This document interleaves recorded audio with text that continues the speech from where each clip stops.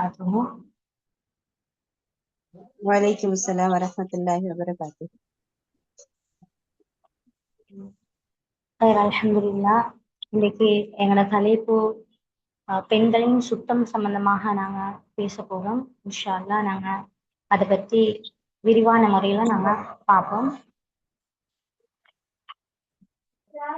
யாருக்காவது ஏதாவது டவுட்கள் இருந்தேன்னு சொன்னா இன்ஷா அல்லாஹ் செக் பாக்ஸ்ல போடலாம்.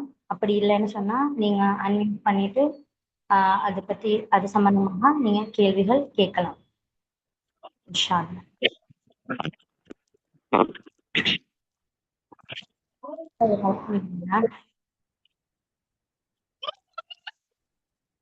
பெண்களுக்கு மாதவிடாய் சொல்றது சாதாரணமாக எங்களோட வயிற்றுல இருந்து வரக்கூடிய, அதாவது மாதந்தோறும் எங்களோட கற்பப்பையில இருந்து வரக்கூடிய ஒரு சாதாரணமான ஒரு இரத்தம், அதாவது சாதாரணமாக வரக்கூடிய ஒரு இரத்தப்போக்கைத்தான் மாதவிடாய் என்று சொல்லி சொல்றது. அப்ப அதை எங்களோட மார்க்கத்தின் அடிப்படையில நாங்க பார்க்கும்போது எங்களுக்கு அந்த அந்த சந்தர்ப்பங்கள்ல நாங்க செய்யக்கூடாத விடயங்களும் இருக்குது, ஹராமாக்கப்பட்டது. இது செய்யவே கூடாது அப்படின்ற விடயங்களும் இருக்குது. அது தொடர்பாக பார்க்கும்போது ஹைல் அப்படின்றது தான் மாதவிடாய். அடுத்து நிஃபாஸ் என்று சொல்றது. அப்படின்னா என்னது? நிஃபாஸ்ன்றது நாங்க பிள்ளை பெற டைம்ல எங்களுக்கு ஏற்படக்கூடிய ஒரு இரத்தப்போக்கு. அந்த இரத்தத்தை தான் எங்களுக்கு சொல்லப்படுது நிஃபாஸ் சொல். அதுக்கு அடுத்ததாக சொல்லப்படுது இஸ்திஹாலா. அதாவது ஹைல், நிஃபாஸ், இஸ்திஹாலா. இஸ்திஹாலா என்ன? அதாவது எங்களுக்குன்னு சொல்லி ஹைலுக்குன்னு சொல்லி ஒரு காலம் இருக்குது, வரையறுக்கப்பட்ட ஒரு காலம். நான் அதை விரிவாக உங்களுக்கு நான் செல்லுவேன். இப்ப உங்களுக்கு நான் தலைப்புகளை பத்தின அறிமுகத்தை தான் நான் உங்களுக்கு சொல்லித்தரேன். ஹைலுக்குன்னு ஒரு காலம் இருக்குது, நிஃபாஸ்க்குன்னு ஒரு காலம் இருக்குது. அதற்கு அப்பால் பட்டு வரக்கூடிய இரத்தப்போக்கு இருந்தால் அதனை தான் இஸ்திஹாலா என்று சொல்லப்படுறது. அந்த குறிப்பிட்ட நாள், அந்த ஹைலுடைய நாள், குறிப்பிட்ட நாளை தவிர்த்து ஏனே, அதாவது கூடுதலான நாளுக்கு போனா அதுக்கு தான் இஸ்திஹாலா என்று சொல்லப்படுறது. அதே மாதிரி நிஃபாசுடைய காலங்கள்ல நிஃபாசுடைய கால நாளை விடவும் கூடுதலாக போகக்கூடிய நாளுக்கு தான் இஸ்திஹாலா என்று சொல்றது.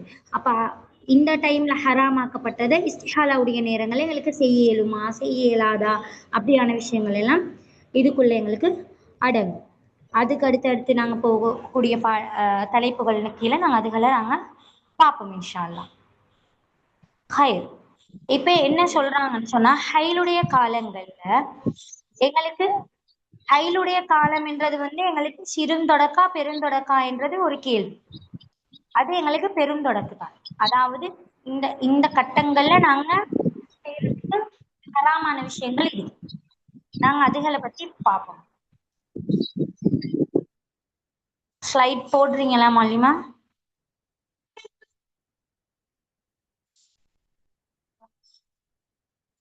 ரைட். நிஃபாஸ் என்றால் பிள்ளை பேரு இரத்தம். இப்ப ஹைல் என்றா வலிமையாக எங்களோட கற்பப்பையிலிருந்து வரக்கூடிய ஒரு இரத்தம் தான் மாதவிடாய் ஹைல். நிஃபாஸ் என்றால் பிள்ளை பேரு இரத்தம். பிள்ளை பேர் இரத்தம் என்று சொன்னா நான் உங்களுக்கு சொன்ன மாதிரி இப்ப பிரெக்னன்சி டைம்ல எங்களுக்கு 9 மாதங்கள் தான் அது நிஃபாஸுடைய காலம். அந்த டைம்ல புள்ள பெற்றதன் பின்னால வரக்கூடிய இரத்தம் தான் நிஃபாஸுடைய காலமாக அமையுது. சம்டைம் சில நேரங்கள்ல எங்களுக்கு அபோஷன் ஆகக்கூடிய வாய்ப்புகள் இருக்குது. அதாவது 6 மாதங்கள்ல, 7 மாதங்கள்ல, 8 மாதங்கள்ல அறக்குறையாக பிள்ளை பெறுறது, அப்படி இல்லைன்னா பிள்ளை உயிருடன் இல்லாம பிறக்கிறது.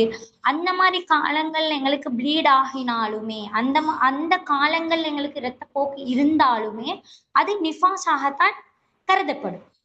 அந்த டைம்ல அந்த இரத்தப்போக்கு நிக்கிற வரைக்குமே நாங்க நிஃபாஸ்ல தான் இருக்கிறோம். அதாவது எங்களுக்கு குறிப்பிட்ட ஒரு காலம் தர்றாங்களே, அந்த காலத்துல வரும் வரைக்குமே நாங்க நிஃபாஸோட தான் நாங்க இருக்கிறோம். அதுதான் நிஃபாஸ் என்று சொல்லப்படுறது. இஸ்திஹாலா தொடர்பான தொடர் உதிரப்போக்கு, அதாவது நான் சொன்ன மாதிரி வலிமையான நாட்களை விட, அதாவது எங்களுக்கு ஹைலுக்குன்னு ஒரு நாள் இருக்குது, நிஃபாஸுக்குன்னு ஒரு காலம் இருக்குது. அந்த 2 காலங்களை மீறின நாட்கள்ல இரத்தப்போக்கு வரும் பொழுதுதான் எங்களுக்கு அது இஸ்திஹாலா என்று சொல்லப்படும். இப்ப நாங்க பார்ப்போம் ஹைலுடைய குறைந்த காலம் கால எல்லைகளை நாங்க பார்ப்போம். இப்ப ஹைலுடைய காலம் வந்து ஒரு நாள், அதாவது குறைந்த காலம் ஒரு நாள், அதாவது 24 மணித்தியாலம். இப்ப இன்றைக்கு நைட் எங்களுக்கு வந்துட்டு நாளைக்கு பகலுக்கு நின்றுட்டு ஃபுல்லாவே எங்களுக்கு கம்ப்ளீட்டா அது நின்றுட்டுன்னு சொன்னா அதோட நாங்க சுத்தம் தான்.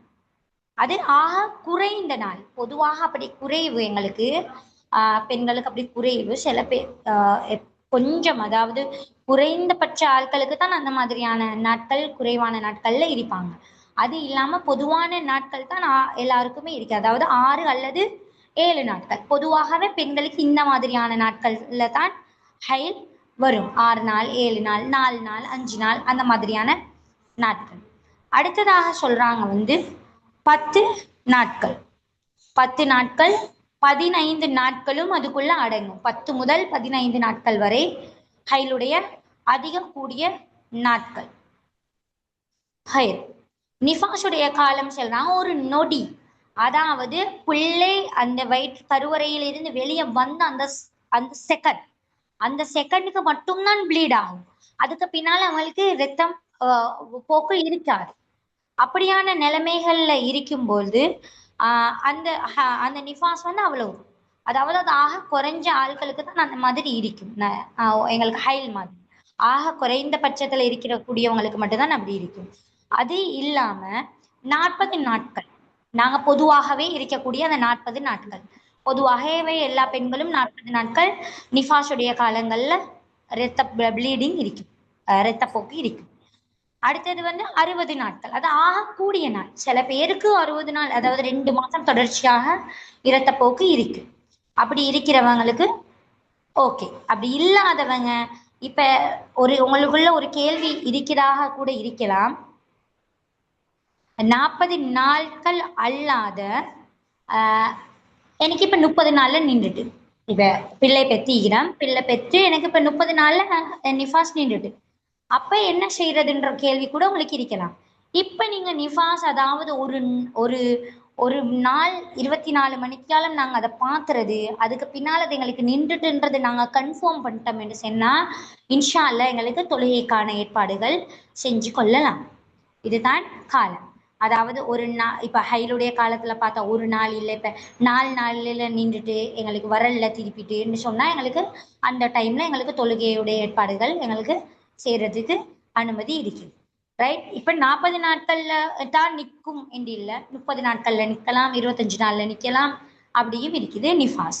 ரைட். இப்ப 60 நாள் ஆகிட்டு, 60 நாளுக்கு பின்னால 60 நாள் ஆகி முடிஞ்சு, 60 நாளுக்கு பின்னால் 61வது நாள் ஆகிட்டு இப்ப எனக்கு ப்ளீடிங் ஆகுதுன்ற பட்சம் வரும் பொழுது தான் அது இஸ்திஹாலாவாக அது மாறும்.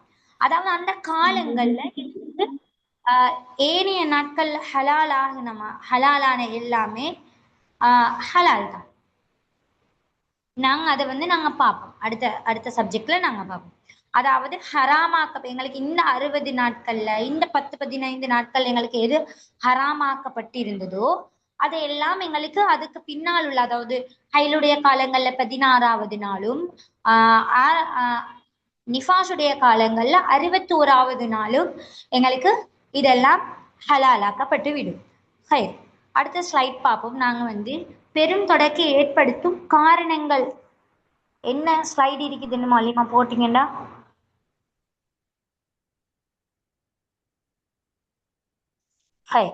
ஹைல் நிஃபாஸ் காலங்கள்ல ஹராமாக்கப்பட்டவை. இதுல எங்களுக்கு ஹைல் நிஃபாஸோட சேர்த்து எங்களுக்கு ஜனாபத்துன்னு ஒன்றும் இருக்குது. இப்ப அந்த சந்தர்ப்பங்கள்ல இது வந்து ஹைல் நிஃபாஸுடைய சந்தர்ப்பங்கள் எங்களுக்கு ஹராமாக்கப்பட்டதை தான் இதுல எங்களுக்கு சொல்றாங்க. இதுல முதலாவதாக சொல்லப்பட்டிருக்குது எங்களுக்கு தொழுவுறது. ஹைல் நிஃபாஸுடைய காலங்கள்ல எங்களுக்கு தொழுவுறது ஹராம், தவாஃப் செய்யறது ஹராம். மூணாவதாக சொல்றாங்க குர்ஆன தொடுறது ஹராம், அதை சுமக்கிறதும் ஹராம். அதாவது குர்ஆனை தொடவும் மேலாது, குர்ஆனை தூக்கி கொண்டு சுமந்து கொண்டு திரியவும் இயலாது. 5வது சொல்றாங்க பள்ளியில தரித்தல்னு சொல்றாங்க. 6வது சொல்றாங்க குர்ஆனை ஓதுறது. 7வது நோன்பு பிடிக்கிறது. 8வது விவாகரத்து செய்கிறது, அதாவது டிவோர்ஸ் பண்றது. 9வது இரத்தம் சொட்டும் என்ற பயம் இருந்தால் பள்ளியில் நடக்கிறது. 10வது சொல்றாங்க தொப்புளுக்கும் முழங்காலுக்கும் இடைப்பட்ட பகுதிகளில் சுகம் அனுபவித்தல். இந்த 10 விஷயங்களும் எங்களுக்கு ஹைல் நிஃபாஸுடைய காலங்கள்ல ஹராமாக்கப்பட்ட விடயம். இப்ப சொல்லி தாராங்க எங்களுக்கு ஜனாபத் பற்றிய விவரம் என்று சொல்லுவோம். அதுக்கு ஜனாபத் என்றால் பெருந்தொடர். ஜனாபத் என்று சொன்னால் அது எங்களுக்கு பெருந்தொடர். பெருந்தொடக்கு என்று சொன்னால் கணவன் மனைவி உடலுறவு கொண்ட பின் குளிக்கிறது. 2வது விஷயம் விந்து வெளியேறும் போது, அது தூக்கத்தில் இருந்தாலும் சரி சுய நினைவோடு இருந்தாலும் சரி, விந்து வெளிப்பட்டால் எங்களுக்கு குளிப்பு கடமையாகுது.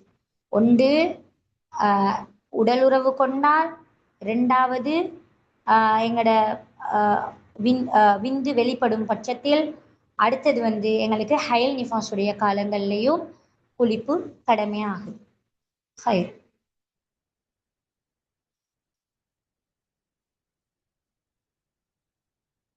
பெருந்தொடக்கூடியவர்களுக்கு ஹராமானவைகள் 6. அது என்னதுன்னு சொல்லி பார்ப்போம். மூலியமா ஸ்லைட் இருக்குதா? அதுக்கு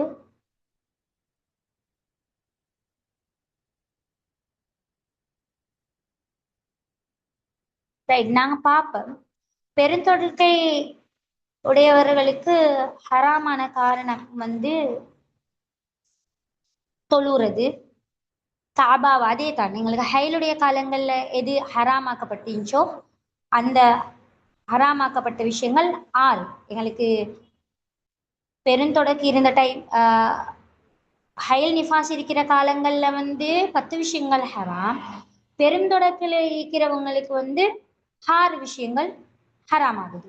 1வது தொழுறது, 2வது காபாவை தவாஃப் செய்யறது, 3வது அல் குர்ஆனை தொடுறது, 4வது அல் குர்ஆனை சுமக்கிறது, 5வது அல் குர்ஆனை ஓதுறது, 6வது மஸ்ஜிதுல தங்குறது. இந்த 6 விஷயங்களும் எங்களுக்கு ஹராம். இந்த 6 விஷயங்களும் எங்களுக்கு ஹராமாக்கப்பட்டிருக்குது. எப்ப கணவன் மனைவி ஒன்று சேர்ந்த சந்தர்ப்பத்தில் ஏற்படக்கூடிய குளிப்பு கடமையான டைம்லையும், அடுத்தது எங்களுக்கு விந்து வெளியாக இருந்த டைம்லையும் எங்களுக்கு இந்த 6 விஷயங்கள் செய்யறது ஹராமாக்கப்பட்டு இருக்குது. செய்யவே கூடாது. அடுத்த ஸ்லைட்.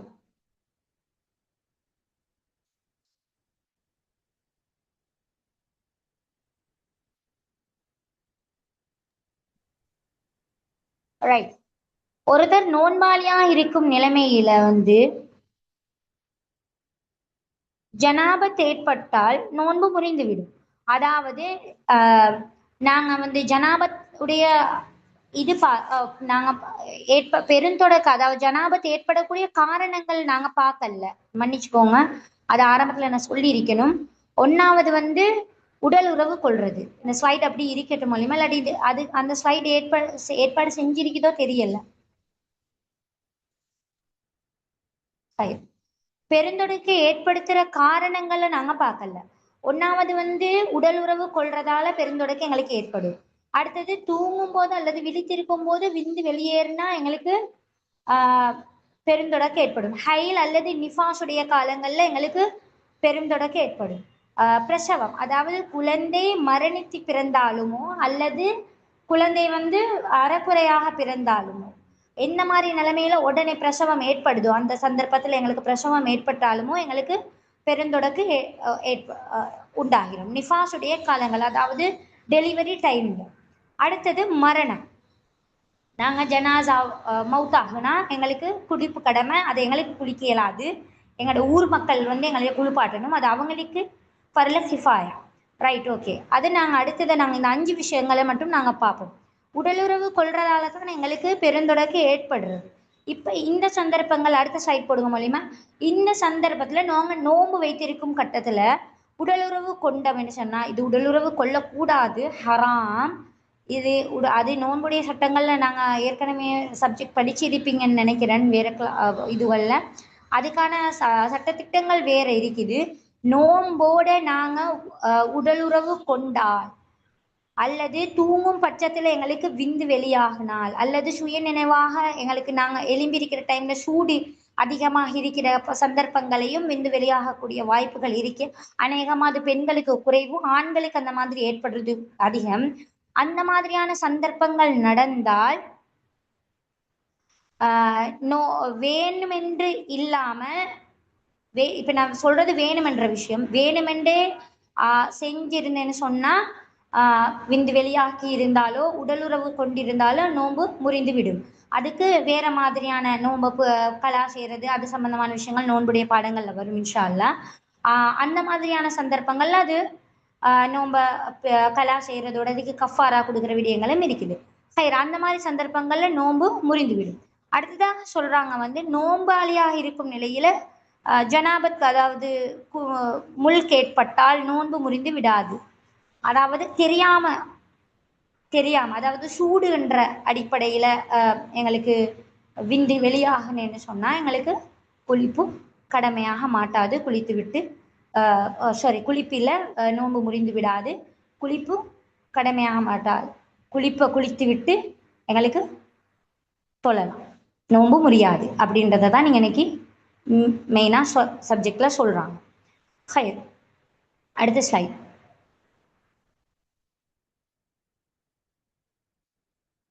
கடமையான குளிப்பு பற்றிய விவரமும் முறையும்.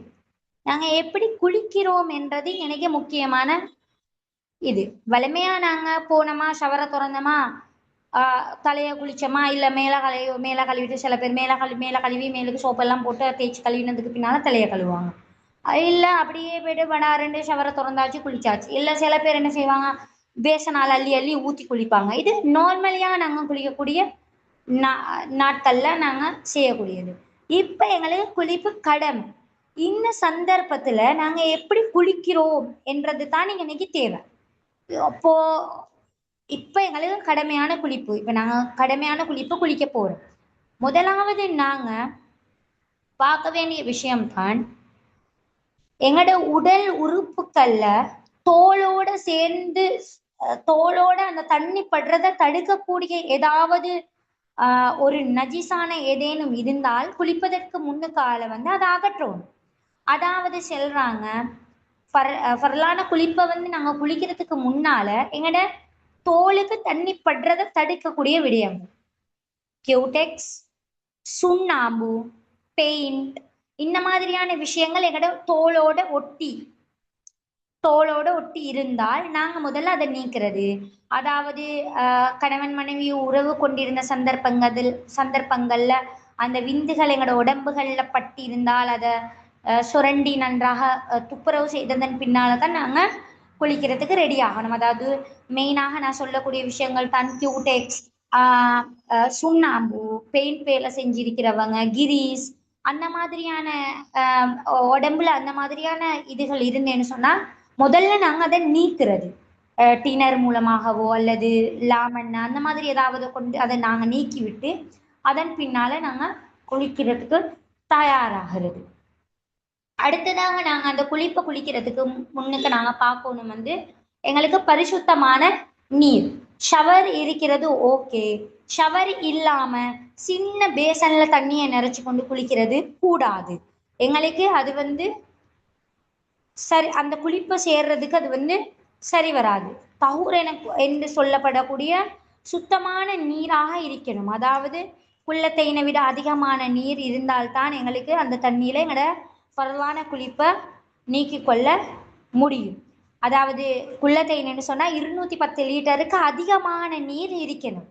அந்த மாதிரியான தண்ணியில தான் எங்களுக்கு பரவான குளிப்பை குளிச்சு கொள்ள இயலும். சும்மா போனோமா 2 தண்ணி எடுத்து அள்ளி ஊத்துனமா மேல தலையை இப்படி தொடச்சமா தாக்குனமான்னு சொல்லி வந்தா அந்த குளிப்பு எங்களுக்கு சேராது. நாங்க தொடக்கில் இருந்து வெளியே வர மாட்டோம், இன்னும் தொடக்குள்ளதான் நாங்க இருப்போம்.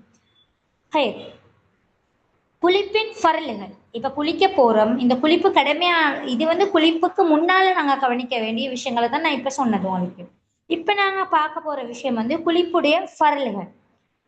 ஒரு மனுஷனுக்கு பெருந்தொடக்கு ஏற்பட்டா பின்வரும் விஷயங்கள் வந்து என்னென்ன விஷயங்கள் வந்து ஹராமோ அதே மாதிரி இந்த விஷயங்கள் குளிப்புக்கு கடமையாக இருக்குது. இந்த விஷயத்தை வச்சு அவர் குளிப்ப கடமையாக நிறைவேற்றாவிட்டால் அவருக்கு வந்து தொழுகை தவாஃப் போன்ற விடயங்கள் அங்கீகரிக்கப்படாது, அதாவது ஏற்றுக்கொள்ளப்படாது. இப்ப நான் சொன்ன மாதிரியான கியூடெக்ஸ் இந்த மாதிரியான விஷயங்கள் தோளோட இருந்தால் அந்த குளிப்பை ஒழுங்கான முறையில நாங்க நிறைவேற்றாம அதோடயே சேர்ந்து குளிச்சுட்டு வந்துட்டு பின்னால நாங்க தொழுந்தாலோ தவாஃப் செஞ்சாலோ எங்கட தொழுகை தவாஃப் போன்ற நல்ல காரியங்கள், அதாவது ஹராமாக்கப்பட்ட காரியங்கள் எங்களுக்கு ஹலாலாக மாட்டாங்க சரியான முறையில நாங்க குளிக்கா விட்டால். இப்ப குளிப்புடைய ஃபரலுகளை பார்ப்போம். குளிப்பின் ஃபரலுகள் எங்களுக்கு 2. ஒன்று நீயத்து வைக்கிறது. நீயத்து வைக்கிறது இப்ப நாங்க என்ன நியத்து வைக்க போறோம்? நான் கடமையான குளிப்பை நிறைவேற்றுகிறேன் என்று நியத்து வைக்கிறது. இல்லைண்டா நான் பெருந்தொடக்கிலிருந்து சுத்தமாவதற்கு நான் குளிக்கிறேன் என்று நியத்தை வைக்கிறது.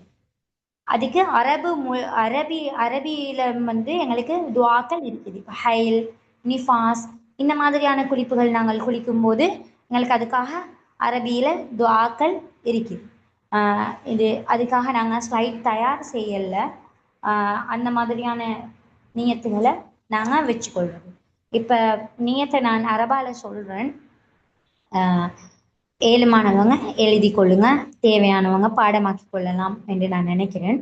இன்ஷா அல்லாஹ் இந்த நியத்து வந்து நான் உங்களுக்கு சொல்றது ஹைலுடைய நியத்து. நவைத்து அன் அக்தசில குஸ்லன் மினல் ஹைலி وطهارة للبدن واستباحة للصلاة أشهد أن لا إله إلا الله وأن محمدا رسول الله. இது ஹைலுடைய காலங்கள்ல நாங்க குளிக்கிறதுக்கு வைக்கப்படக்கூடிய நியத். இதே மாதிரி தான் எங்களுக்கு ஜனாபத்துடைய காலத்திலையும் இதே மாதிரியே தான் நிஃபாஸுடைய காலங்கள்லையும் துவா இருக்குது. ஆனா இதே துவா தான் நவைத்து அந்நகதசில குஸ்லன் மினல் ஹைலி மினல் ஹைலி என்று வரக்கூடிய இடத்துல ஜனாபத்துடைய குளிப்பாக இருந்தால் மினல் ஜனாபத்தி என்றும், நிஃபாஸுடைய குளிப்பாக இருந்தால் மினல் நிஃபாசி என்றும் வந்து அதன் பின்னால ஒத்தஹாரத்தல் லில்பதனி வஸ்திபாஹத்தல் லிஸ்ஸலாத்தி அஷ்ஹது அல்லா இலாஹ இல்லல்லாஹு வ அஷ்ஹது அன்ன முஹம்மதன் ரசூலுல்லாஹ் என்று வரும். இதுதான் நியத். இதுதான் நியத். இதையே நாங்கள் தமிழ் மொழியில வைக்கிறதாக இருந்தால் நாங்க வைக்கணும் என்னத்துக்காக நாங்க குளிக்கிறோமோ அந்தனுடைய பேரை சொல்லி நாங்க நியத்தை வைத்து கொள்ளணும். அதாவது நான் கடமையான குளிப்பை குளிக்கிறேன் என்றா என்ன கடமையான குளிப்பு? ஜனாபத்தா, ஹைலா, நிஃபாசா என்றதை நாங்க அங்கனைக்கு மென்ஷன் பண்ணி எங்க மனசுக்குள்ளால நாங்க அந்த நியத்தை வச்சுக்கொள்ள வேணும். இதுதான் குளிப்புடைய ஃபர்லுகள். ஃபர்லு அதாவது எங்களுக்கு எப்பவுமே வந்து எல்லா விஷயங்கள்லையும் வந்து எங்களோட மார்க்கத்தினுடைய அடிப்படையில் எங்களுக்கு நியத்து தான் மெயின். எதை செய்யறதாக இருந்தாலும் எங்களுக்கு நியத்து தான். ஹைர் இன்னமல்ல அமாலு பின்னியாத். எந்த செயல்களை நாங்கள் செய்யறதாக இருந்தாலும் அதன் அடிப்படை எதில் அமையுது? நியத்தை கொண்டுதான் அமையுது. அப்ப நாங்க ஃபர்லுடைய குளிப்பை குளிக்கிறதுக்கு முன்னாலே எங்களுக்கு நியத்து கடமை. 2வதாக சொல்றாங்க உடல் முழுவதையும் நீரால் நனைத்து கொள்ள வேண்டும். அதாவது முதல்ல நாங்க எங்கட உடம்பு ஃபுல்லாக தண்ணியா ஷவரை திறந்தோமா, அப்படி இல்லை பேசனால தான் நாங்கள் அள்ளி ஊத்துறமாக இருந்தாலும் அந்த பேசனா மெயினா நல்ல ஞாபகத்துல வச்சுக்கோங்க. இந்த பேசன்ல குளிக்கிறவங்க எங்கட உடம்புல தண்ணி ஊத்துற தண்ணீர் அந்த பேசனுக்கு நாங்க தெரிக்காம பார்த்து கொள்ள வேணும். ரைட்? அந்த பேசனுக்கு நாங்க தெரிக்காம தான் நாங்க குளிக்க வேணும். அதை குளிக்கிறதுக்கு முன்னால நாங்க ஊத்திட்டு தண்ணிய முதலாவது அந்த உடம்பு ஃபுல்லாக நாங்க தேய்த்து கொள்ள வேண்டும். அதாவது காது, தொப்புள், கை விரல் இடுக்குகள், கால் விரல் இடுக்குகள், தொடைகளுடைய ஓரங்கள், மூக்கு துவாரங்கள், இந்த மாதிரியான இடங்கள் எல்லாம் நாங்க நல்லாக தேய்ச்சி கொள்ளணும். தேய்ச்சி கொண்டதன் பின்னால தான் அந்த உடம்ப வந்து ஃபுல்லாக நனைக்கிறதுன்னு சொல்லி சொல்றாங்க. முழு உடம்பு உரோமங்கள், அதாவது தாடி, ஆண்களாக இருந்தால் தாடி, பெண்களுக்கு அடர்த்தியான முடிகள் இருக்கும் தலையில, அந்த மாதிரி இந்த கால் கையில எல்லாம் வந்து அடர்த்தியான உரோமங்கள் இருக்கிற பெண்கள் இருக்கிறான்.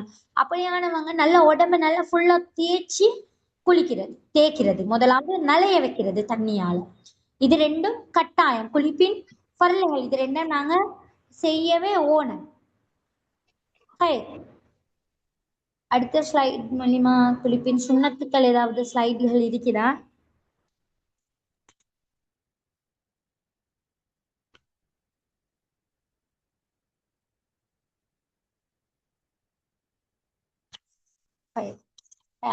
நாங்க இப்ப குளிப்புடைய சுண்ணத்துகளை பார்ப்போம்.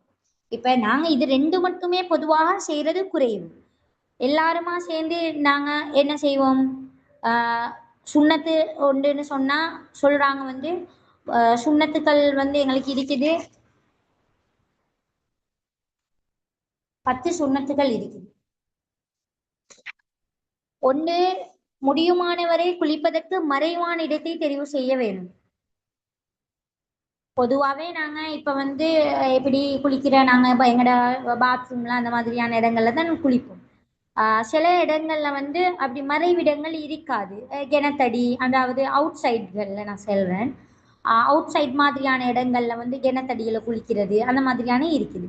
அந்த மாதிரி இடங்கள்ல நாங்க முடியுமான வரைக்கும் மறைவாக, அதாவது எங்கட வளவுக்குள்ள எங்கட காணிக்குள்ள இருக்கக்கூடியதாக இருக்கும் கிணறு. இருந்தாலும் அந்த கிணற்றை சுற்றி ஒரு மறைவான அமைப்பை நாங்க உருவாக்கி கொள்றது. அந்த மாதிரியான மறைவான ஒரு இடத்தை நாங்க தெரிவு செஞ்சு கொள்றது. ரெண்டாவதாக சொல்றாங்க பிஸ்மில்லா என்று சொல்லி குளிக்க துவங்குறது. அதோட சேர்த்தே நியத்தை வச்சு கொள்றது. பிஸ்மில்லாவோட சேர்த்தே நாங்க நியத்தை வச்சு கொள்றது. பிறகு 3 முறை கைகளை மணிக்கட்டு வரை நன்றாக தேய்த்து கழுவ வேண்டும் அப்படின்னு சொல்றாங்க. அடுத்தது சொல்றாங்க வந்து மறைவிடங்களை தேய்த்து கழுவுதல். உடல் உறவுக்கு பிறவோ, மாதவிடாய்க்கு பிறவோ, இல்லது பிரசவ ரத்தப்போக்கு காலங்கள்ல இருந்து நாங்க வெளியேறினாவோ, அடுத்ததாக சொல்றாங்க விந்து வெளியேறின சந்தர்ப்பங்கள்ல குளிப்பு கடமையான விந்து வெளியேறிக்கிற சந்தர்ப்பங்கள்லையாக இருந்தா வந்து முதல்ல வந்து யூரின் நன்றாக பாஸ் பண்ணணும் என்று சொல்லி சொல்றாங்க. இந்த மாதிரியான சந்தர்ப்பங்கள்ல நாங்க என்ன செய்யறது வந்து எங்களோட மறைவிடங்களை நன்றாக தேய்த்து கழுவி சுத்தம் செய்து கொள்ள வேணும். ஹைலுடைய காலங்கள்ல பெண்களுக்கு தெரியும் எப்படியுமே அசுத்தங்கள் இருக்கும் அந்த இடங்கள்ல. நிஃபாஸுடைய காலங்களையும் அந்த மாதிரி தான். உடல் உறவுக்கு பின்னாலும் அந்த மாதிரியான சந்தர்ப்பங்கள் எங்களுக்கு இருக்கும். அதனால எங்களோட மறைவிடங்களை நன்றாக நாங்க தேய்த்து கழுவி கொள்றது. பிறகு உது செய்ய வேண்டும். உது செய்யறது சுண்ணத்து எங்களுக்கு. அதன் பின்னால வாயை நன்றாக கொப்பளித்து கழுவி மற்றும் மூக்கினால் நீரை உறிஞ்சி அதனை சுத்தம் செய்து கொள்ள வேண்டும். அதாவது நாங்க உது செய்ய போகல மூக்களுக்கு நல்லா தண்ணி அடிச்சு அந்த இது பண்ணுவோம், அது மாதிரி நாங்க செஞ்சு கொள்ள வேணும். அடுத்தது சொல்றாங்க வாயை நன்றாக கொப்பளித்து கழுவுறது. அடுத்தது சொல்றாங்க தலையை 3 முறை கழுவுதல். முடியின் வேர்களுக்குள்ளுக்க போற அளவுக்கு தலையை நல்லா தேய்ச்சி கழுவுறது. தலையை நல்லா தேய்ச்சி கழுவுறது. முடி கெட்டப்பட்டு இருக்குது, அந்த சந்தர்ப்பத்துல எங்களுக்கு அவுக்கு இயலாது, அப்படியான சந்தர்ப்பங்கள் எங்களுக்கு குளிக்கிறது கடமையாகி விட்டுச்சுண்டா எங்களுக்கு அந்த முடிக்குள்ளுக்க போற மாதிரிக்கு நாங்க குளிச்சு கொள்ளணும். எங்களுக்கு தெரியணும், எங்களுக்கு எந்த சக்தியும் இல்லாம நாங்க தெரிஞ்சு கொள்ளணும். என்ன முடி நல்லா கழுவப்பட்டுட்டு, இந்த பின்னிருக்கிற முடி நன்றாக கழுவப்பட்டு இருக்கிறது என்றதை நாங்க எந்த சக்குமே, அதாவது சந்தேகமும் இல்லாம நாங்க வந்து அதை முடிவு செஞ்சு கொள்ளணும். அதாவது முடி அவிழ்க்கில்லாத கட்டங்கள்ல, அதாவது பின்னிருக்கக்கூடிய சந்தர்ப்பத்துல. அப்படி இல்லாட்டி நன்றாக தலையை குடைஞ்சி கழுவி கொள்ளணும் தலையை. முதல்ல சுண்ணத்து. சொல்றீங்கன்னா வலது புறத்துல இருந்து அப்படியே இடது புறங்களுக்கு 3 முறையாக கழுவி கொள்றது. வலது சைட்ல இருந்து நாங்க இடது சைட் வரைக்கும் நன்றாக கழுவி கொள்வது. அடுத்ததாக சொல்றாங்க உடல் முழுவதையும் நன்றாக தேய்த்து கழுவுதல், குறிப்பாக முட்டுக்கால், குதிக்கால், கணுக்கால், இன்னும் உடலின் உலர்ந்த சொரசொரப்பான மற்றும் அழுக்குப்படியும் இடங்களை நன்கு தேய்த்து கழுவ வேண்டும். இதெல்லாம் சுண்ணத்தாக கூட இருக்குது. அதாவது கமக்கட்டு பகுதிகள், எங்களோட தொடைகள், சம்டைம் பருமனான ஆட்கள், குண்டான ஆட்களுக்கு வந்து தொடை பகுதிகளில் சதைகள் வந்து தட்டு தட்டாக இருக்கும். அந்த மாதிரியான இடங்களை நல்லாக நாங்கள் தேய்ச்சி கழுவணும். அந்த எடைகளுக்குள்ள கைகளை போட்டு நல்லா தேய்ச்சி கழுவணும். இது சுண்ணத்தும் கூட. எங்களுக்கு ஃபர்லையும் இது குறிப்பிடப்பட்டிருக்குது. என்ன மாதிரின்னு சொன்னா உடல்களை நன்றாக முதல்ல தண்ணியால நிலைச்சு கொள்றதை பத்தி எங்களுக்கு சொல்லப்பட்டு இருக்குது. இது வந்து சுண்ணத். இந்த 10 விடயங்களும் எங்களுக்கு சுண்ணத்தாக்கப்பட்டிருக்குது. எங்களோட தலையை நல்லா நல்லா நல்லா பார்த்துக்கோங்க. இது தொழுகை எங்களுக்கு கடமையாகிறதுக்கு முன்னுக்கு ரமலான் தொழுகை கடமையாகிறதுக்கு முன்னால அடுத்ததாக எங்களோட தவாஃபுகள், அதாவது நாங்கள் உம்ராக்கு ஹஜ்ஜுக்கு போகிற சந்தர்ப்பங்கள் எங்களுக்கு இந்த குளிப்புகள் கடமையாக்கப்பட்டு இருந்தேன்னு சொன்னால் கட்டாயமாக இந்த குளிப்பை நாங்கள் சரியான முறையில் பேணுதலான முறையில் நாங்கள் செய்யலைன்னு சொன்னால் புழுந்து நாங்கள் செஞ்சும் எந்த அமல்களும் எங்கட ஏற்றுக்கொள்ளப்பட போக மாட்டாது. கட்டாயமாக நாங்கள் இந்த குளிப்புடைய விஷயத்துல பேணுதலாக நாங்கள் இருக்கணும். பேணுதலான முறையில் நாங்கள் இந்த கடமையான குளிப்பை நாங்கள் வந்து பேணுதலான முறையில் நாங்கள் செஞ்சு கொள்ளணும்.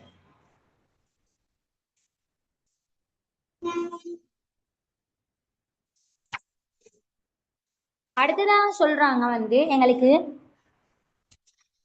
குளிப்பு கடமையான சந்தர்ப்பத்துல இப்ப குளிக்க போறோம். இது குளிக்கிற சந்தர்ப்பத்துல நாங்க தவிர்ந்து கொள்ள வேண்டிய விடயங்கள், தவிர்ந்து கொள்றது மிகவும் சிறந்தது என்று சொல்றாங்க. ஒன்று, நீரை வீண் விரயம் செய்தல். பொதுவாகவே அது எங்களுக்கு அனுமதி இல்லாத ஒரு விஷயம், நீரை வீண் விரயம் செய்யறது. என்னன்னா நீர் எங்களுக்கு அல்லாஹ் தந்த அருட்கொடைகள்ல உண்டு. நீரை வீண் விரயம் செய்யாம இருக்கிறது. அதாவது ஷவரை திறந்து விட்டுட்டு ஷெம்போ சோப் பூசுற வரைக்கும் அந்த நீரை வீண் விரயமா ஓட விட்டுட்டு இருக்கிறது. இந்த மாதிரியான விடயங்களை நாங்க தவிர்த்து கொள்ளணும். அடுத்ததாக சொல்றாங்க நிர்வாணமாக குளிக்கிறது. நிர்வாணமாக குளிக்கிறது, எந்த ஒட்டு துணியும் இல்லாம பிறந்த மேனியாக குளிக்கிறது தான் நிர்வாணமாக குளிக்கிறதுன்னு சொல்றது. தனியாக குளிக்கும் போகல நிர்வாணமாக குளிக்கிறது மக்ரூ. பொது இடத்துல மற்றவங்களோட குளிக்க போகல வந்து அவுரத்தை மறைக்காம குளிக்கிறது ஹராம். நாங்க அப்படி பொதுவான இடத்துல நாங்க அப்படி குளிக்கிறது இல்லை. அது சொல்ற அந்த சந்தர்ப்பங்கள், அதாவது பொதுவான இடங்கள் என்று சொல்லி குறிப்பிட போகல ஆறுகள், அந்த மாதிரி இடங்கள்ல எங்களுக்கு இப்ப குளிப்பு கடமை. ஆறுகள்ல போயிட்டு இப்ப நாங்க குளிக்க போறோம், அப்படியான சந்தர்ப்பங்கள்ல நாங்க குளிக்கிறது வந்து எங்களுக்கு ஹராம். பொதுவான இடங்கள்ல எங்களுக்கு மறைவிடங்களை திறந்து குளிக்கிறது ஹராம். தனியாக குளிக்கும் போது மக்ரூவாக சொல்றாங்க. மக்ரூ அதாவது வெறுக்கப்பட்டிருக்குது, செய்யக்கூடாது, தவிர்த்து கொள்ளணும், வேணாம் என்று சொல்லி சொல்றாங்க. அதாவது மறைவிடத்துல கூடயுமே நாங்க ஒட்ட துணி இல்லாம நாங்க குளிக்க கூடாது. நாங்க ஏதாவது மார்பு பகுதியில இருந்து முழங்கால் வரையிலும் சரியும் ஏதாவது ஒரு துணியை உடுத்து நாங்க மறைச்சு கொள்ள வேண்டும். அடுத்ததாக சொல்றாங்க வந்து பெண்கள் முறையாக மறைக்கப்படாத இடங்கள்ல குளிக்கிறது கூட தவிர்க்கப்பட வேண்டிய விஷயங்கள். அதாவது இப்ப நாங்க சொன்ன மாதிரி குளங்கள், நீச்சல் தடாகங்கள், ஆற்றங்கரைகள், அந்த மாதிரியான இடங்கள்ல போயிட்டு குளிக்கிறத தவிர்த்து கொள்ளணும். அசுத்தமான இடத்துல குளிக்கிறது, ஜராவ இடங்கள்ல குளிக்கிறது, அதாவது எப்படி சொல்றது, பொதுவா நாங்க அப்படி குளிக்கிற இல்லை, ஜராவ இடங்கள்ல குளிக்கிறத தவிர்த்து கொள்றத, சரியான துப்புரவு இல்லாத இடங்கள்ல குளிக்கிறத தவிர்த்து கொள்ளணும் என்று சொல்றாங்க. அடுத்ததாக சொல்றாங்க குளியலறை போன்ற குளிப்பதற்கு ஒதுக்கப்பட்ட இடத்தில் சிறுநீர் கழிக்கிறது. அந்த மாதிரி, அதாவது இப்ப குளிக்கிறதுக்கு வேற இடம் இருக்குது, சில இடங்கள்ல டாய்லெட்டுக்கு வேற இடம் இருக்கு. சில இடங்கள்ல ஒரே பாத்ரூம்ல வந்து பொதுவாக கொழும்பு பிரதேசங்கள்ல வந்து அப்படி இருக்குது, ஒரே இடத்துல தான் டாய்லெட்டும் இருக்குது பாத்ரூமும் இருக்குது. அந்த மாதிரி இடத்துல டாய்லெட்டுக்குன்னு வைக்கப்பட்டு இருக்கிற இடத்துல, அதாவது மலசலம் கழிக்கிறதுக்குன்னு வைக்கப்பட்ட இடத்துல சிறுநீரை கழிக்கிறது. குளிச்சு கொண்டே சிறுநீரை கழிச்சு கொண்டு அந்த மாதிரி அருவறுப்பான செயல்களை நாங்க தவிர்த்து கொள்றது.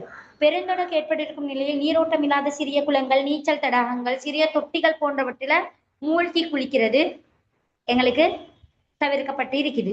நீச்சல் குளம் என்று சொல்றா ஸ்விமிங் பூல், நீரோட்டம் இல்லாத குளம், சும்மா மழை காலத்துல நிறையும் அதுக்கப்புறம் வெயில் காலத்துல வத்தி போகும், அந்த மாதிரியான குளங்கள் எங்களுக்கு குளிக்கிறதும் தடை செய்யப்பட்டு இருக்குது.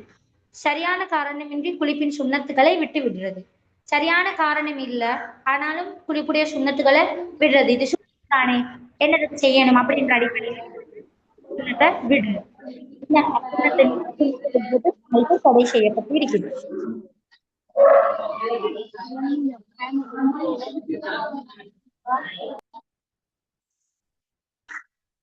நாங்க இப்ப நாங்க மேலோட்டமாகத்தான் எங்கட விடயங்களை நாங்க பார்த்தோம். பெருந்தொடக்கினால் ஹராமாகும் காரியங்கள்ல விஷயத்துல மலிமந்த ஸ்லைடு இருக்குதா? அது இருந்தா கொஞ்சம் போடுங்க. பெருந்தொடக்கினால் ஹராமாகும் காரியங்கள்.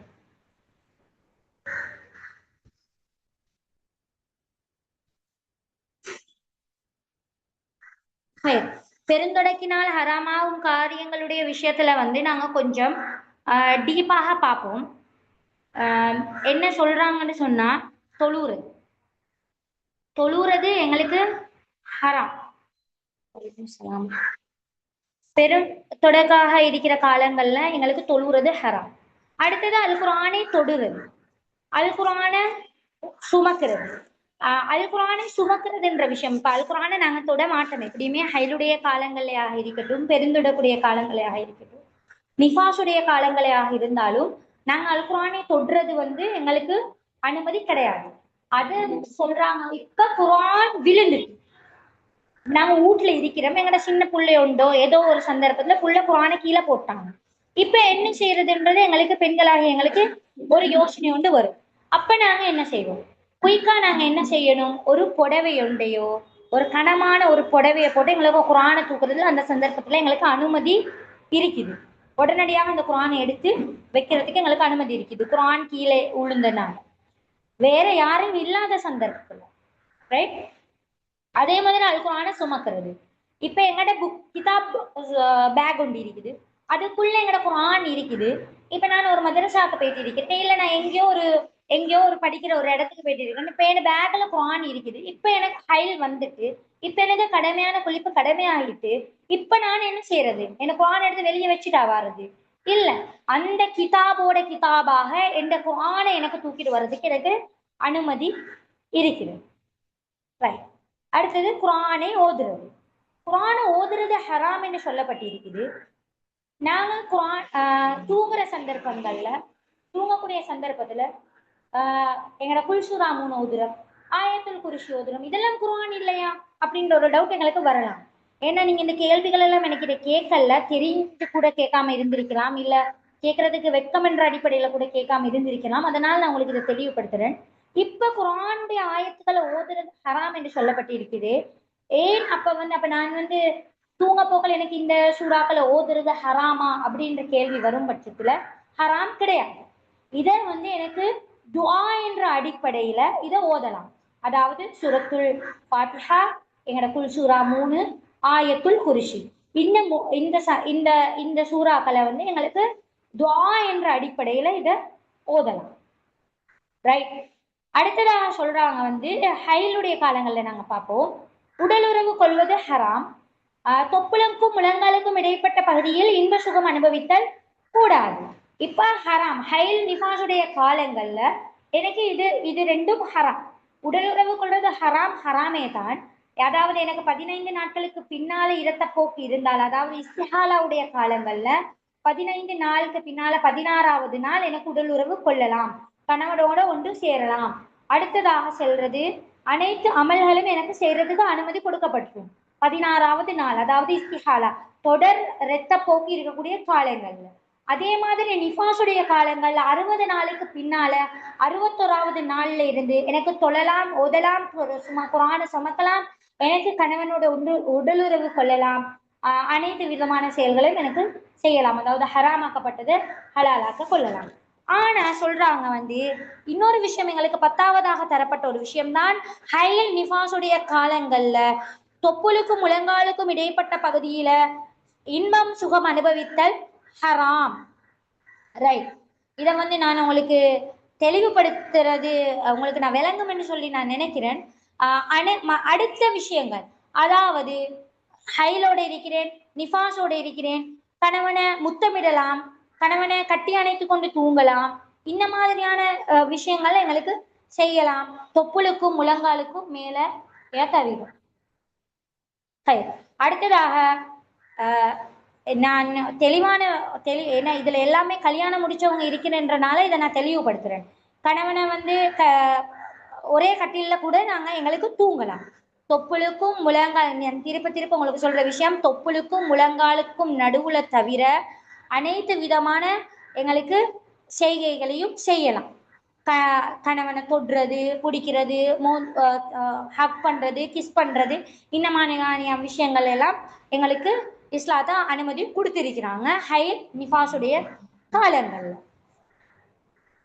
ஹைர் ஏதாவது டவுட்ஸ்கள் இருக்குதா என்று சொல்லி கேட்கலாம்.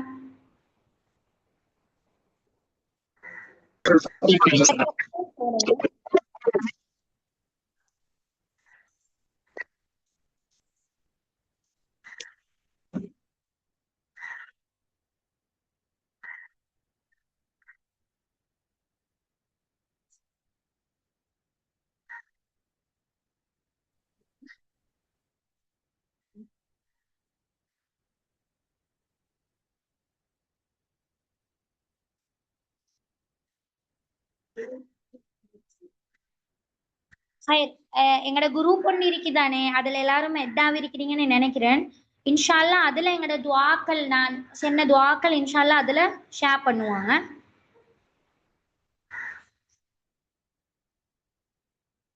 வேற ஏதாவது கேள்விகள் இருக்குதா? வெக்கப்பட தேவையில்லை, நாங்க எல்லாம் லேடிஸ் தான் இருக்கிறோம். எதாக இருந்தாலும் கேட்கலாம், சாட் பாக்ஸ்லயும் போடலாம்.